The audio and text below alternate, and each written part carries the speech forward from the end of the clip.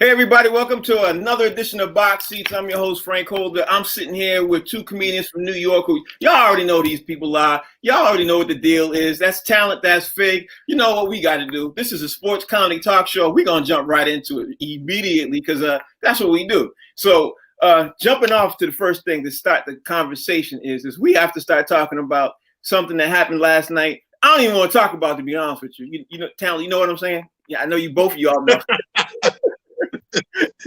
You don't want to talk about it? I don't even want to talk about it, but because I'm a Celtics fan and because I am who I am, I'm gonna say let's lead off the story with the first topic is, the Celtics were, in control of the whole game and they lost by a jumper with a half a second left on the clock.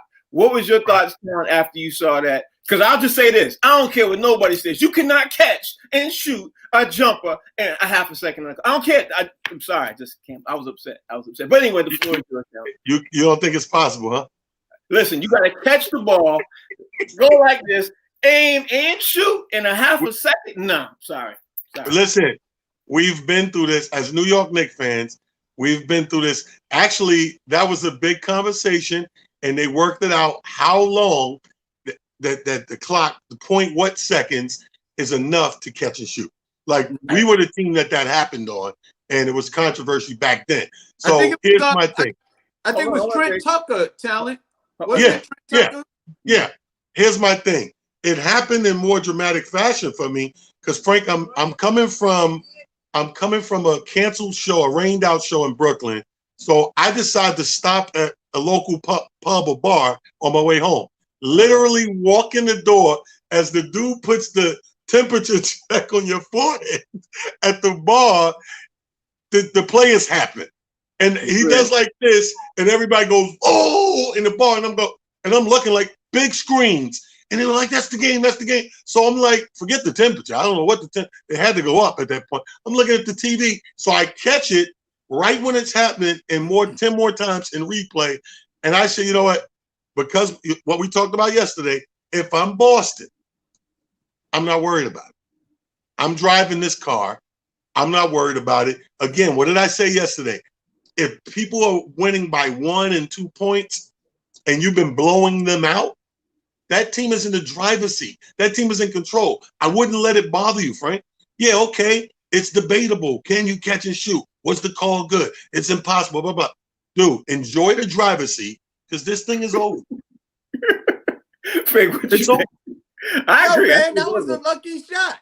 It was a lucky shot. It was a lucky shot. Listen, I just hate to say that OG Adebisi beat the Celtics last night on a half a second shot from 3 points. With everybody all in his face, draped all over him, man. It was a lucky shot. Plus, they had Taco Waterfalls, which is about 9 feet tall, guarding the smallest dude on the court, which is Kyle Lowry. And Kyle Lowry threw a lob pass all the way across the court to Adebisi. And Adebisi hit a three-point shot. I mean, how lucky? It was a lucky shot, man. Let me ask you a question. If we did that play 1,000 times, how many times do you think that Kyle Lowry, number one, could make that pass on point like that, and number two, have Adebisi hit the shot? No, I agree with you. But it was like horrible. It's impossible. It was horrible. Just that one time. It was horrible because it came right after my man made that smooth, really, really lovely backdoor pass, which you probably missed, talent. He made a smooth backdoor pass and got a dunk. It was the most beautiful. Kemba Walker made. He was going one way to the left to the right. He did a look away backdoor pass. The dice card it dunked it. First of all, I don't even know how they clocked it at 0.5 seconds right then and there because it should have been game. That should have been game. Right. But the referee stopped the clock right there. But anyway, let's move on to the Clippers and the Nuggets last night. I'm not sure if either one of you both saw the entire game like I did. But I can tell you right now, I think we're headed for a sweep in that series because the Clippers were in control the entire game. Almost from the minute the bell went off, the Clippers was a runaway train. And, you know, like we discussed, we want to see an entertaining series. I don't think we're about to have one. I think it's going to be a sweep out there. But anyway, Talon, what's your thoughts on that series? I agree with you. I think we're looking at a sweep in that situation. But I think we knew that going in. I mean, when you take two teams, Utah and Denver are close in caliber. So it's very entertaining to watch. It's very competitive to watch. However, when you go to the next round, you go to the next level. That's the way it's supposed to be. Right. When you go to the next round, you're supposed to go to the next level. They have just entered the next level of play. Right. They realized, and they remember they left it all on the floor, game 7. So coming in game 1 to the next level, they have just realized might not be on this level. Right. Let's look at next year, getting to round 2, and then the year after that, getting to the conference finals. Then the year after that, compete for a chip because this ain't even gonna be close, bro. Right. I think they've reached the next level of play. But that's good though for young cats and a coach to go back. Okay, all right, cool. We figured out the entry. How do we sustain and get to another level? Because they're about to get schooled right now, to be honest with you. I agree. What you think, Fig? I look for a 24-hour Walmart to see if I can find some brooms. That bad, huh? I didn't sweep coming. I was like, yo, man, when you get in your behind kicked by the bench, it pretty much over, man. I mean, the bench was kicking they behind. Right. It was they didn't even get beat. They got mollywopped. You see a mollywopped? They got beat so bad it looked like it was scripted. You ever see? You ever watch it? Taylor, you should know about scripted basketball because you was in yeah. That's what it looked like. It looked like it was in the script for them to lose. It was like, okay, like Spike Lee put together this whole movie where the Clippers was gonna beat Denver, and it was just like, wow. It was like they not even close. This what's the name? They don't even look like the same team. No. They look like the Joker didn't look good. It looked like the Joker needed to be on Batman. It looked like he'd be on an episode of Batman. I'm like, he's not playing basketball. And Murray didn't look like the Murray of the last series where he was dropping 40 and 50 points.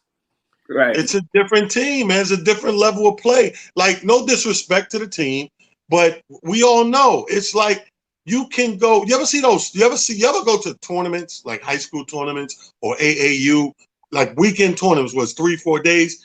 Like each time you play, this thing gets crazier. That's the way it's supposed to be anyway. So they are looking like what it's supposed to be on paper. And I know they're looking back like, all you got to do is very simple. Look at the roster of the last series, who you went against. Donovan Mitchell, young boys, whole young team, everything. Now look at this roster. You got the best dude in the game you got to face. Then the number 2. Then the supporting cast. Then Mo Williams and all that. Come on, man. All right, well, man, you know what it was like? You know what it was like? It was like Ali when he met George Foreman and he was talking to him before the fight started. He said, "You ain't even got no chance." He said, "You should have never came to Africa." That's what the Clippers told them. They said, "You should have never came to the bubble. You ain't even got no chance. You ain't even got no chance. You should have never came."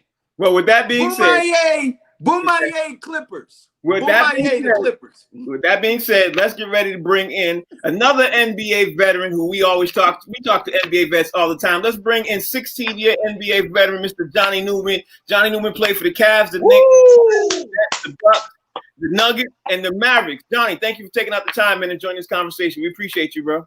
Oh, man, my pleasure. My pleasure. How y'all doing? We Johnny Face Newman. You doing all right. But Johnny mean face, because when he played with the Knicks, he always played with like, I'm going to kill the team that we playing. He was like, yo, man, I was like, yo, I'll be scared to God, Johnny, man. I'm glad he's on the Knicks. That's all I'm saying. Johnny, let me ask you. It was like that. Let me jump into this conversation, man. Let me start out by asking you a couple of questions. Actually, and then I'm going to leave it to the fellas to ask you a couple of questions. The hot topic that's going on in the NBA now, besides the NBA playoffs, right? Steve Nash got hired for the coaching position right now. What's your thoughts on Steve Nash getting hired as a coach with no experience for a team that's obviously stacked right now out the gate with other people sitting on the sidelines? Now, you saw what's going on in, in the NBA. You saw it all in the news and everything else. Where you stand on that position? Oh, they gave him a free pass. I mean, no experience. I mean, but he was a heck of a player. To be totally honest with you all, I played with him at the Mavs. 2 times MVP. I don't know about that, but I'm not knocking him. But I did think that, they did take care of him because there's some guys, some brothers. I'm gonna keep it real. Some brothers Keep that's it been real. on the sideline. They've been on the sideline. They've been waiting their opportunity. They waiting their turn, and they just get jumped over for a stacked team that is going to be hard for them not to win because they're a pretty good team. Right. All right, Talon, you got a question for Johnny? Yeah, well, I'm going totally left on this, Johnny Newman. Big Johnny Newman fan, big Nick fan. You always come up in conversation every time I'm in the barbershop and we talk Knicks, right? We talk Knicks track record, having a track record of getting rid of these great players that go to another team and seem to become even greater. Is it like a mindset? It must be like a, how dare they get rid of me? I'm going to show y'all what you're missing. You start dunking over everybody when you left the Knicks. Right. No doubt. I mean, we had a great team there. I thought I was doing some work there. I'm going to be honest. I thought I was doing some work. And I think I got caught into the system. I was a Rick Pitino guy. Rick Pitino recruited me out of high school. I almost went to Boston U when he was there, and he became the coach. He brought me on. They started trying to make all these changes, and all the changes mostly were the changes that he made, the positions that he brought in. And I think I kind of got caught up into the bullshit, really. And that's what happened. Right. Okay. So did you have it? Does that create a chip on your shoulder when you go to that next place? Like, oh, no doubt. Yeah. Because I know one thing, Johnny. I know you was killing them. You sure was. Yeah, he was. You sure was. Hey, got a question for him? Yeah, man. You know how it is. First off, I'm Knicks for life, and what we say is, once you a Knick, you always a Knick. That's right. That's right. No doubt. So I want to know, what do you think about the direction that the Knicks are going right now? Like, what do you see as the future with the current players, the young players that they got? How do you feel about the direction that we're going in right now? Just hired Tibbs, got a new GM. What do you think about that, man? Well, I think the movement is going, but I don't think it's fast enough for the city of New York. The legendary history there, the type of players that really need to be. Everybody can't play in New York. It takes a special player, that can handle the crowd, handle the city, and all of the outside pieces that can come into play. I think they're trying, but I don't think they're trying hard enough. Tibbs, I wasn't really impressed with him when he was with the Bulls. I just don't really know how it's going to move, and just with the players, I love my young players, but you got to have some special guys with some mentally, they got to be mentally tough to come in that city to play. Right. I agree with you 100%. One more question real quick. So speaking of coaching, right, because I'm with you, I wasn't sold on Tibbs either, we'll see what happens. If in a coaching hiring frenzy right now, in the proper order, if I could hire 4 more coaches, now obviously they're stepping over a lot of our brothers, you know what I mean? But if I could hire 4 brothers right now, in what order do you think I should be hiring these coaches? Because you got a lot of them out there. Okay. You got Mark. You gonna give me the order? Mark Jackson. Yeah, give me an order. Like if you had to pick up 4 you got coaches. the GM hat on. Give me your 4. I got I'll put them in different levels. Okay, I'm gonna say Mark Jackson, Sam Cassell, Tyronn Lue, and I'm even gonna put out, because Pat Ewing been trying to do this head coach thing for a minute too. Let's not sleep. Mm-hmm. I'm gonna go with Mark Jackson. Mm-hmm. I love Sam Cassell. Sam is just a player. I would go with him because I think he really has been putting the work in. Yeah. Okay. And Lou, you know, Teron Lou, he's a champion. And then I would go with Patrick. I like that order. I like that order. Okay, now let's continue on talking about coaching and everything else and talking about what's going on in the NBA playoffs right now. Let me ask you this. Because I've been asked a couple of NBA vets who's been coming on the last couple of days, best coaching job and worst coaching job right now, up to this point, teams are in or teams are out. You're sitting back as an NBA veteran. I know you're looking at some of these coaching moves and everything else, and I know you're saying to yourself, damn, he did a great job, or damn, he did a horrible job. Who's the best and the worst NBA coach up to this point? You know, whether the team is in it right now or not. I still don't understand Houston. Okay. I just think Houston should be better than they are. Okay. I don't know. Dan Antonio, I know him. I don't really know what's going on in Houston. I think they should win more games than they do. They to me, they lose a lot of close games, and that might be because, Harden is either on or off. So maybe that's it. Okay. And so who's your best? Who's your best? I'm thinking that makes a lot of sense, man. I mean, first thing they did. It's so hard, when you look at who's doing a great job. I think they need a coaching change in Washington with the Bullets. I mean, the Bullets has been on the bottom for ever and a day. They started to get some talent, with the two guards there. I thought John Wall and the other kid was pretty good together. They were scoring a lot of points, but I think there needs to be a change there too. Okay. I mean, there's a lot of places that we can start about making a coaching change. Okay, but who's your best now? You said your worst. Who's the best? Who's doing the best job and up to this point in the bubble in the NBA playoffs that you would say? Because you gave your worst. Who's the best? I can't hear. Who's the best coach? Who's doing the best job right now? We lost a little audio. Can you hear us? Can you I hear think me? he lost it. Go out and come back in. I think he lost it. Text him, tell him to go out and come back in. All right, well, we're going to continue on this. We're going to have him go out, come back in, and everything else. We were having a conversation about the NBA. We were talking about, obviously, what's going on in the NBA playoffs. Fig, you had something you wanted to say before we jumped off? Well, what you mean? What I was going to ask Johnny? No. What we were talking about, because at the time we were talking about basically who was going to do what and how bad how bad the playoffs were with the shot clock and just overall. We were talking about that. So did you lost? What's going on in the bubble right now overall, man, is that I think the refs are a little too involved in the playoffs themselves, man. It's just like it just seems like an excessive amount of whistles for the playoffs. Mm-hmm. You know what I mean? Like you get to a certain point in the playoffs where you let them play.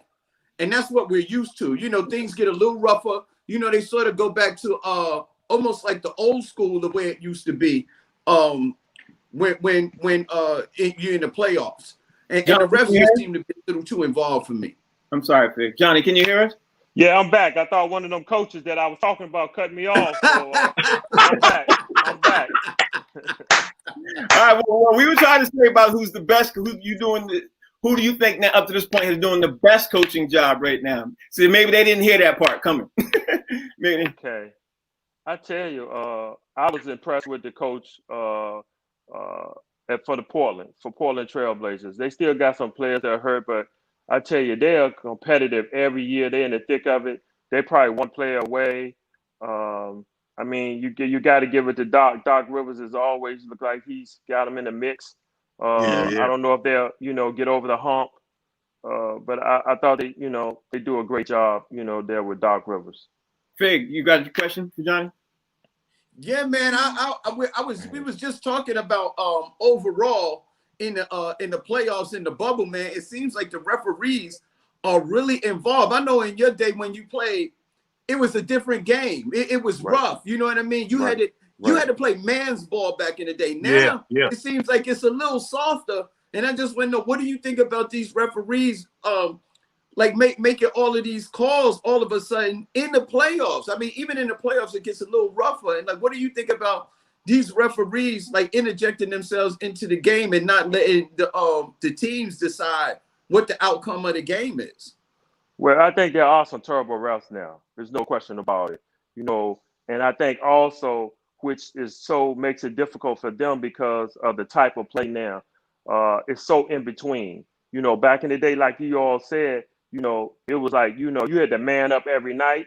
You had to go in there, and you had to be in that weight room in the summertime. Don't you didn't even get on the floor because you were gonna get knocked around. So by now, with the change of rules, you really can't touch people. You can't be over here. You can't be over there.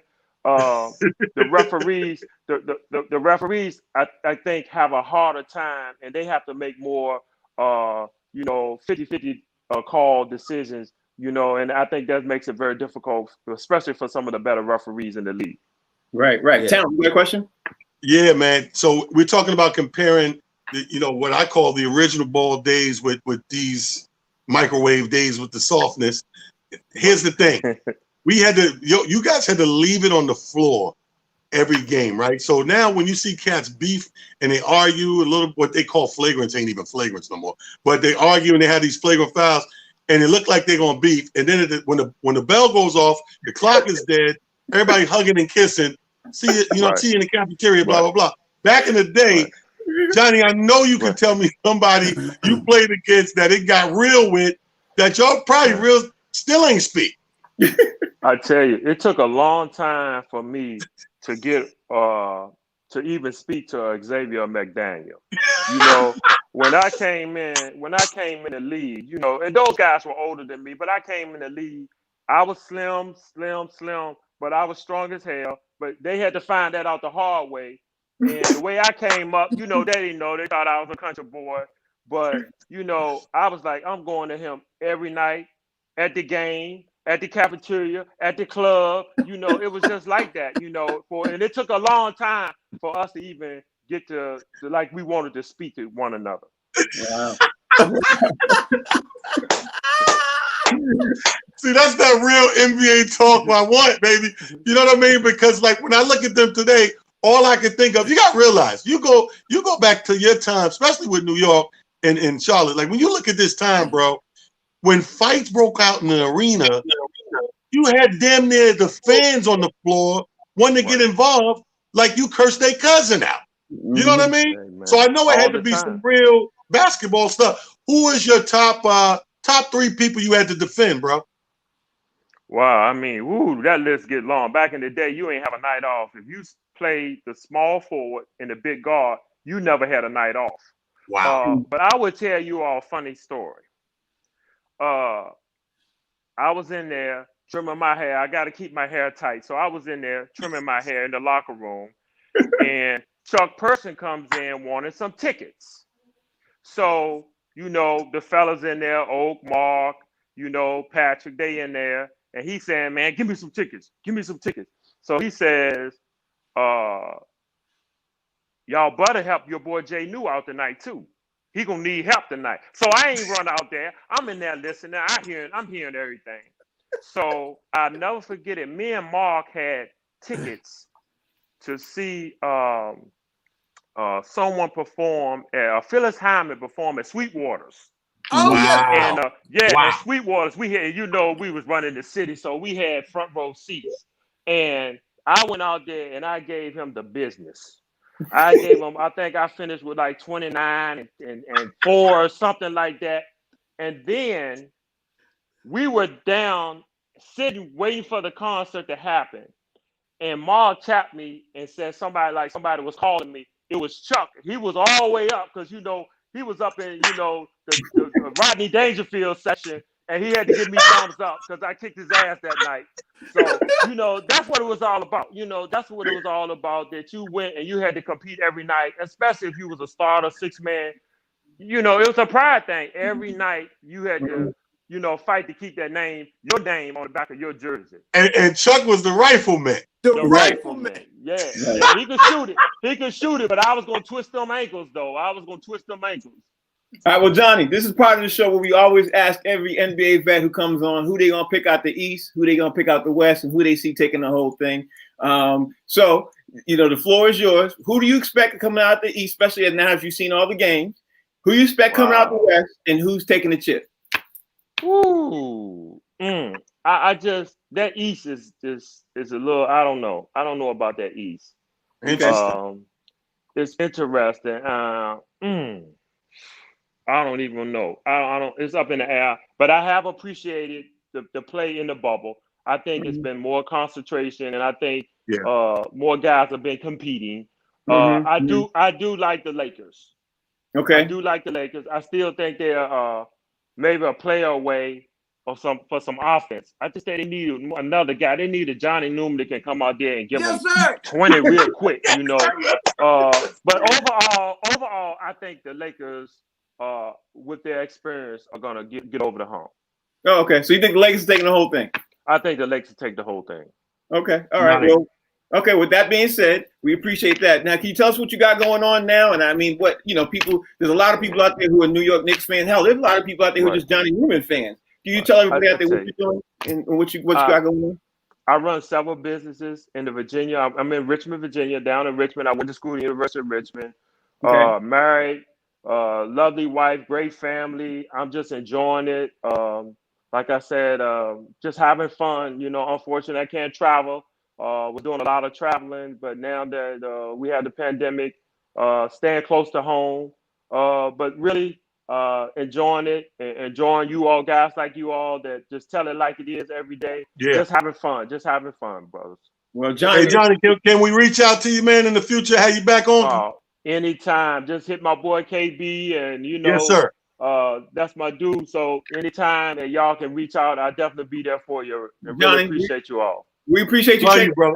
Johnny, I'll leave you with this. It looked like anybody can coach in the NBA now. So if you even think you might want to do that, you know. Well, I ain't got enough tissues. For them. So, you know, I'm going to stay out of there.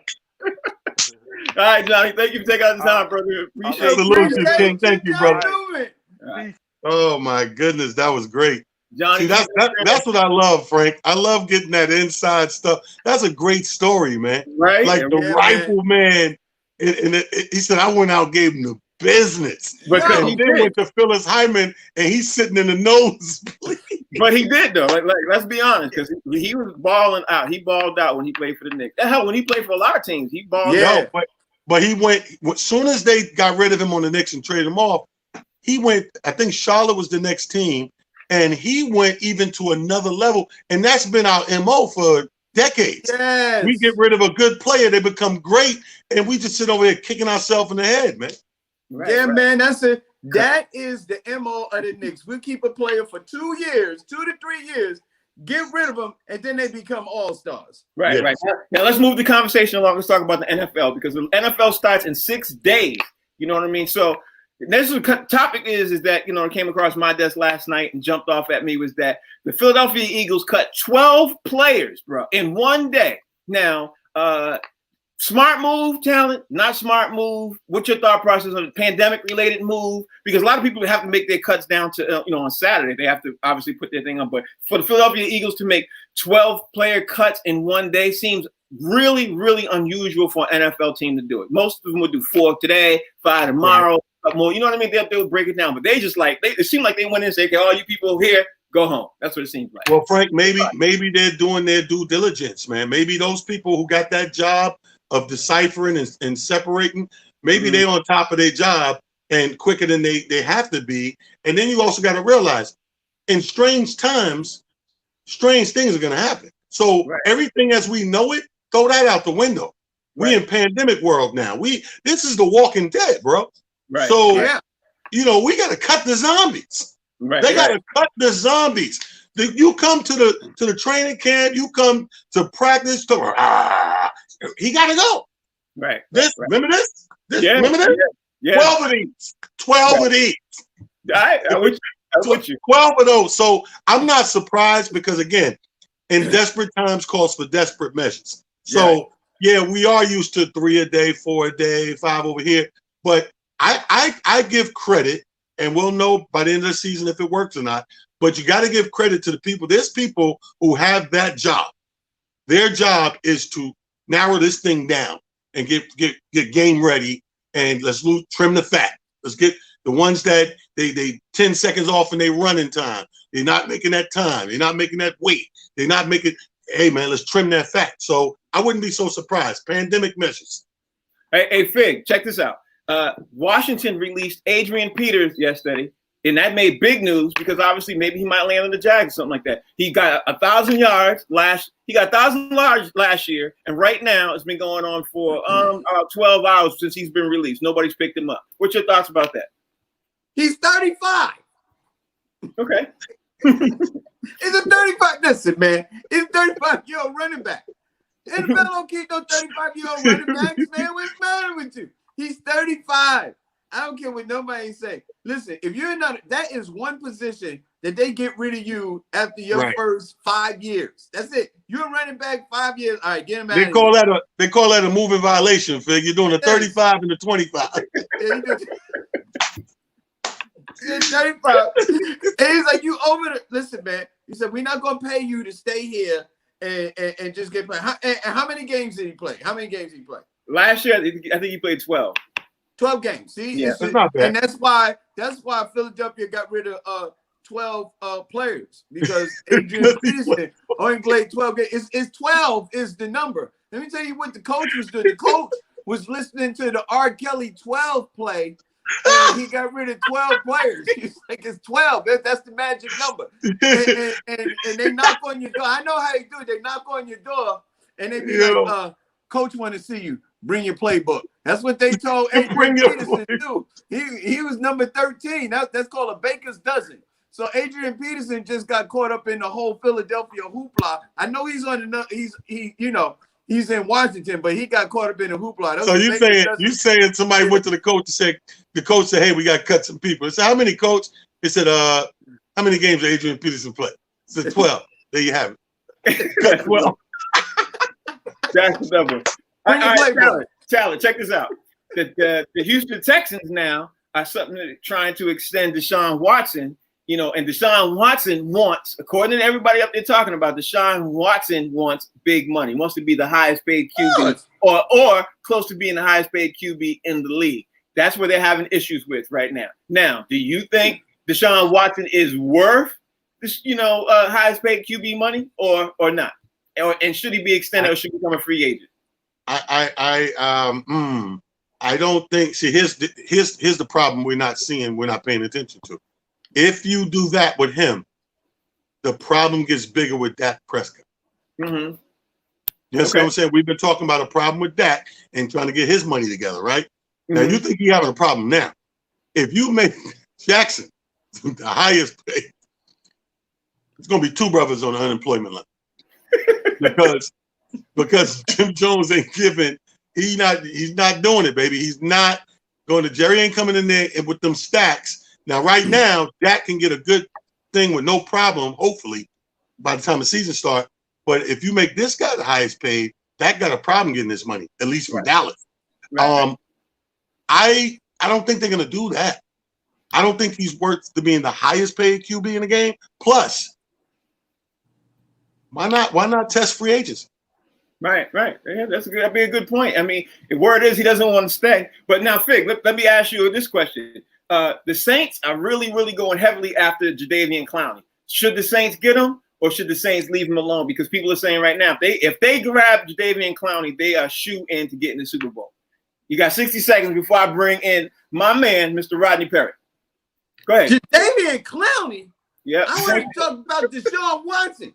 Yo, listen. Anybody that can get anybody that needs help on defense that gets a Jadeveon Clowney is doing an excellent job. But I don't think it's going to be no shoe-in for no Super Bowl in New Orleans with no Jadeveon Clowney because there's a guy named Patrick Holmes that's still playing at the top level. There's still a guy named Tom Brady that's got a whole bunch of players that they gave to him. There's still a guy named Deshaun Watson who did actually really good for his team. And I'm seeing a pattern here with black players, quarterbacks, not getting paid a lot of money in the NFL, man. I'm starting to see a pattern here. They don't want to pay Dak Prescott. They didn't want to play Jadeveon Clowney. They didn't want to play Cam Newton. I'm like, what's up with the black quarterback getting his money in the NFL, man? What is happening? Ain't nobody seeing this pattern? Is it just me? Rodney, what do you think?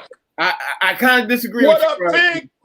Kind of disagree with Fig because there's a black quarterback right now who's the highest paid athlete of all time, and he plays. He don't count. He's light skinned like me. That don't count. Tell him, Rodney. Light skin don't count. All right, Rodney. Now it's time for Rodney Perry in here. Rodney Perry, what's going on?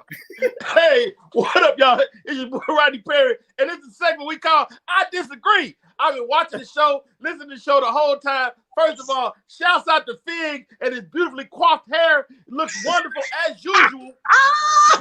Rocking it, killing the game. Big shout to to our guest today, Johnny Newman. Okay, so we had John Wallace on yesterday. Yeah. He was all up in the screen.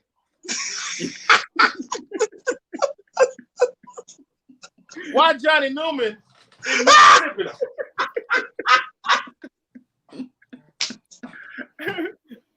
Maybe Like, why Johnny so far away? All right. This is what I disagree off top. I'm sick of you Knicks fans. And I'm going to say it. Every story end up in a Knicks story. I'm trying to tell you. Ask me anything, Frank. Ask me anything. Any question in the world. So what do you think about the NBA season so far? I mean, the season's been great, but back when the Knicks was hot, though, ask me something about my wife. Ask me something about my wife. Ask me something about my wife, Frank. Hey, what kind of watch you got on, bro? Man, you know, man, me and the wife been together 24 years, and you know, it was 24 Knicks that went to the Hall of Fame. Yeah. Ask me another question. Anything, Frank. I can make it a Knicks story. Okay, all right. I like that hat you got on. What kind of hat you got on? It's crazy, man. I got this hat at the Knicks gift shop, man. It's crazy. Yeah. All right. Y'all asked a great question. Coaches, first of all, I said it yesterday. They said it on First Take. I want Rodney Perry record. Steve Nash got the job. Why? White. The man was a white man. And that's no disrespect because everybody got to have their first job. Everybody, when you get your first job, you have no experience. That's fine. But first job is a possible championship contender off rip. Get out of here. I personally, I would like to see Mark Jackson. He's the top of my list. Tyronn Lue got to be second. Sam Cassell and Patrick Ewing are wash just on sheer looks. You got to be a little handsome.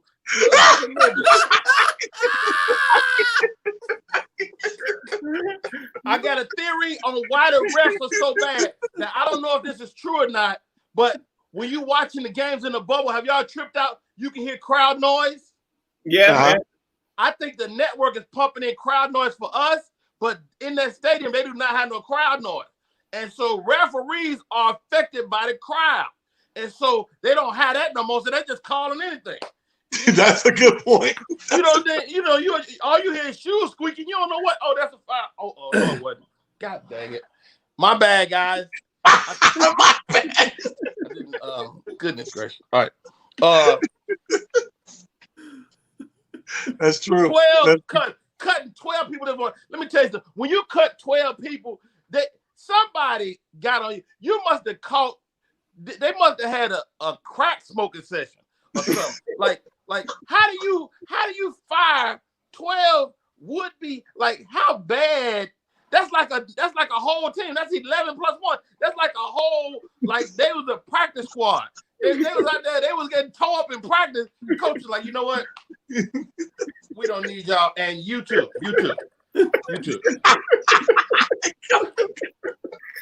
All y'all.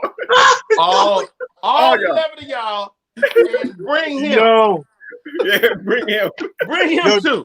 That's hilarious. That's true. Let me tell you something. I hate to say this because the name of the segment is I Disagree, but I completely agree with Fig today.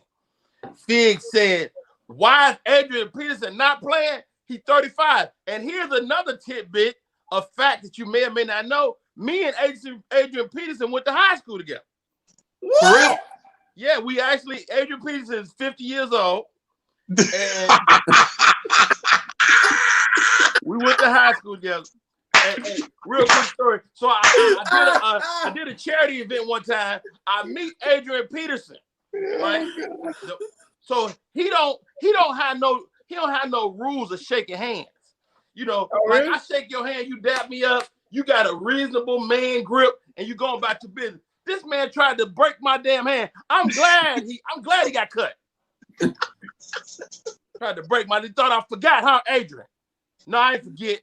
I heard he got that death grip. Yeah, he got a crazy. But I talked to his dad, Frank. I talked to Adrian Peterson's dad, and he's like, man, he said I was a good player, but his mom, Adrian Peterson's mom, had world-class speed. Wow. So, and he said the boy just like his mama. So maybe he got on their nerves. I'm just throwing it out there. Finally, Deshaun Watson. I like the guy. He's a primetime player. Him and Dak need to get paid. Period. You cannot pay Patrick Mahomes without paying these other brothers that's doing their thing. And you about to have to pay your boy in Baltimore too. Right. Yeah. He about to get his money too. So it's just time, man. You got to break these dudes off. The days of owners hoarding all this money, making all this TV money is over. And this year is going to tell the tape because the money is going to be cut. You know what I'm saying? So shouts out to all us comedians that's out here in these streets. We ain't got it. Well, we ain't work. We just made a job. Look at us. We just when in doubt. Matter of fact, somebody go get Adrian Peterson. He free. He ain't doing shit. And let's go get them 12 dudes too. We can bring them all on at once, Frank, and pile them into the screen. Yo, Rodney is crazy, man. Yo, you know what's amazing? When he said you cut 12 dudes, that's a team out there at one point, offensive, defense, 11 plus 1. Can you imagine you blow the whistle? Everybody go home. Hey, everybody up, everybody. No. And then point at the 12 dude on the side, and you too, because you made that play up. Take your ass home. Yeah, go home. Wait, what was the 12th dude doing? Tell me. They was playing. What the hell was he doing? What was number 12? See, what was 12 doing? He was over there. You know what happened, Rodney? 12 was playing a cassette tape. Yo, Rodney. One person got caught and he told on the other 11. That's what happened.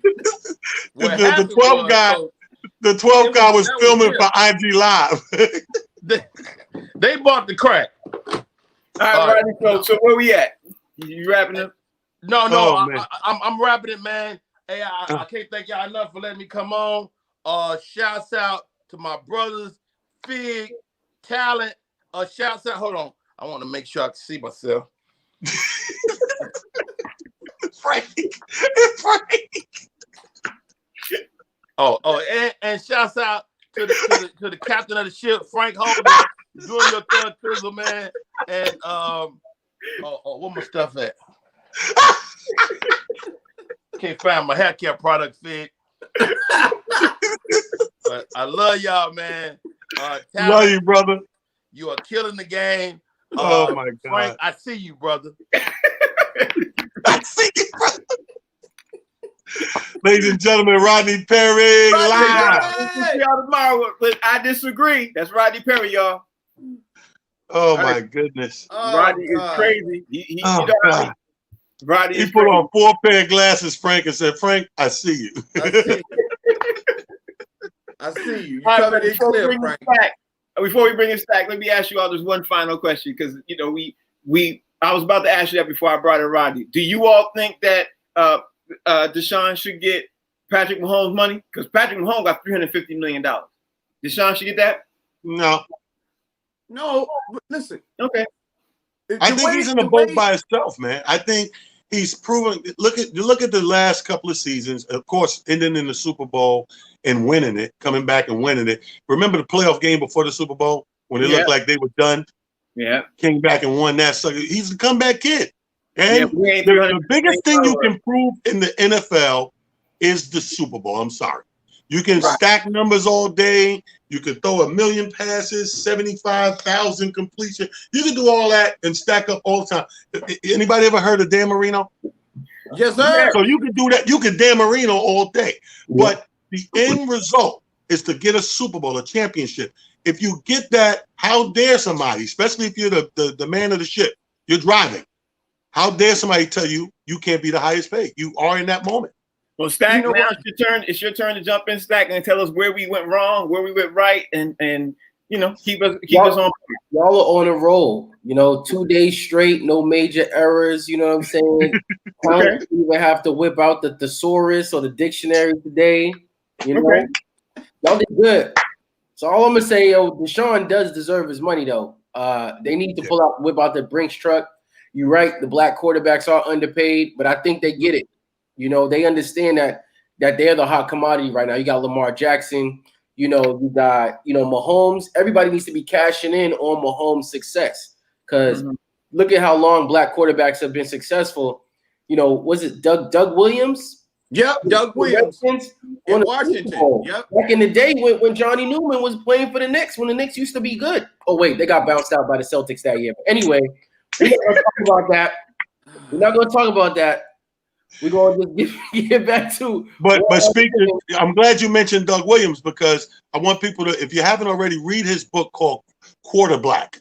Okay. He got a book called Quarter Black. Okay. And it's very detailed of what because he's the guy going through it. So it's very detailed of that season, how he got that Super Bowl, and how he got blackballed and didn't get his money and all that stuff. Quarter Black. I'm glad you brought him up. And so let me Jack here. Not only did he win the Super Bowl, he broke all kind of records while winning the Super Bowl, and they still blackballed him. And I think he was coaching for Grambling. Okay, I can't fact check that one. You know what I'm saying? Maybe next week, but y'all been on a roll, so I don't even have to fact check that one. But I know that Doug was the pioneer. Randall Cunningham, Michael Vick, Aaron Brooks, all of those guys. So like now I'm like, hey man, cash in all the black quarterbacks, Dak Prescott, everybody go to free agency because it's gonna be a team that's gonna pay you. Go to the highest bidder. I'm all for that. Okay, well I'm gonna disagree with one thing you said. I'm gonna disagree with the fact that you're saying that everybody should cash in off of what Patrick Mahomes did. Patrick Mahomes won the Super Bowl, and in my opinion, if you win the Super Bowl, you get paid this. If you don't win the Super Bowl, you get paid this. You got to get paid. Look at the culture. Look at all the money Peyton Manning made before he won a Super Bowl. Yo, and all the money Carson Wentz done made. Let's just go. Let's just go to Dallas. Right, but if you want to bring up Peyton Manning, hold on. If we go to Dallas, Tony Romo got paid. Yeah, but hold on. I agree with you and Stacks because you and Stacks, see, Frank, what you're missing is reparations. No.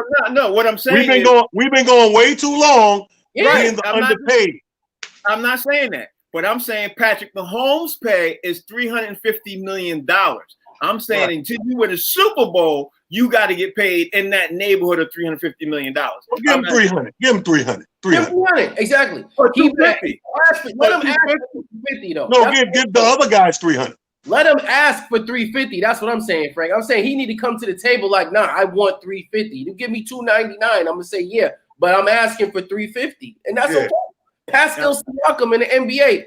I don't think he worked 350. He got 200 million. Okay, but Deshaun Watson is not worth $350 million. I'm sorry, he's not worth. You see, the black people in Boston, they don't want reparations. No, that's what it is. Now, when the Knicks was playing, the Knicks. That's right. You know what? I agree with Rodney what he said earlier that he's tired of Knicks fans because she's right. Y'all make everything about the Knicks. Every day. It's a Knick question. I'm like everything every day. You talking about gotta understand what day? Hold on. Let me defend why that happens. You gotta understand something. For a team that hasn't got a chip in so long, we still are the most buying. We buy our way into excitement. So damn near every all-star, anybody with any composure, from like he said, Xavier McDaniels to Stevie Franchise, everybody who was excited, we bought for them to come play in New York. Boston can't say the same. You had one time when you bought a few guys in there and made it exciting. You ain't got the money we got to bring all these people through. It's always been exciting. And Boston's still one of the highest value franchises in sports right now. Still top 10, and we win right now. Okay. All right, this is what we're gonna do. Because tonight we got another NBA game going on. We got the Lakers playing tonight, and that's probably going to be the most watched game for a while. The Lakers are squaring off tonight, and I guess a lot of people are expecting the Lakers to basically take the whole thing. Talent, who you got? I mean, I hate to say it, but if I had to bet money, I hate to say it, but I got to go with the Lakers because, Harden, man, I like him as a player, but then he drives me crazy because he will, the same way he'll save a game against a mediocre team, he'll blow a game against a good team. Yeah, right. You know what I mean? We've seen him in conference finals do it with Golden State, like games that he could have, facilitated the team to get him involved. He's just not that guy, man. And I would be really giving him props, and I would become his number one fan if he could pull us off. I don't think he could pull us off, and I think the Lakers got it.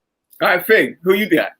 Look, man, I know we had a few storms on the East Coast, and the trees are a little weak, but I'm gonna go out on the limb, and I'm gonna go with Houston tonight, and I'm gonna tell you why. I'm going to tell you why I'm going with Houston tonight. Not for the whole series, but tonight. I think that Harden and Russell Westbrook got a little bit of chip on their shoulder. And this is just the perfect time for them to knock that chip off by going in there and upsetting the Lakers tonight on game number 1.